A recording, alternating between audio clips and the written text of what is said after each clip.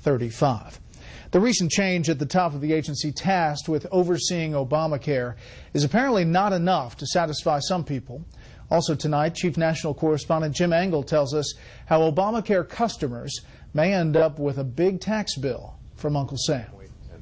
After a rollout so rocky, even President Obama apologized. There's yet another surprise awaiting consumers. If they're receiving subsidies and their income changes for whatever reason, they may owe a bundle to the IRS.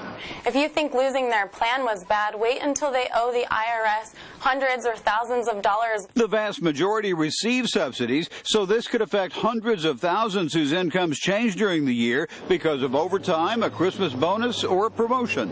A $500 bonus isn't worth it if you're going to lose $6,000 worth of Obamacare tax credits. Those of lowest incomes would have repayments capped at lower levels, but those who exceed the maximum for subsidies, about $94,000 a year for a family of four, would have to return every last dollar.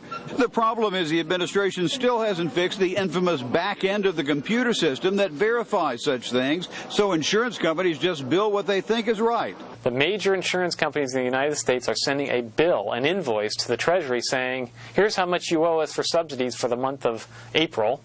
And the Treasury is simply writing a check on that basis. Because they didn't develop the back end, they still don't have it developed, and it's not clear it's going to be developed anytime soon. On top of that, some supporters of the law are calling for the president to appoint a CEO to manage both the federal and state exchanges, some of which have been miserable failures. I think this is a tacit admission that Kathleen Sebelius failed in her oversight of the implementation of Obamacare. So supporters want someone to hold accountable other than the president or the administration. But of course, you can't just create positions in government out of whole cloth. Normally, there needs to be some kind of statutory authorization for these kinds of things to have real authority.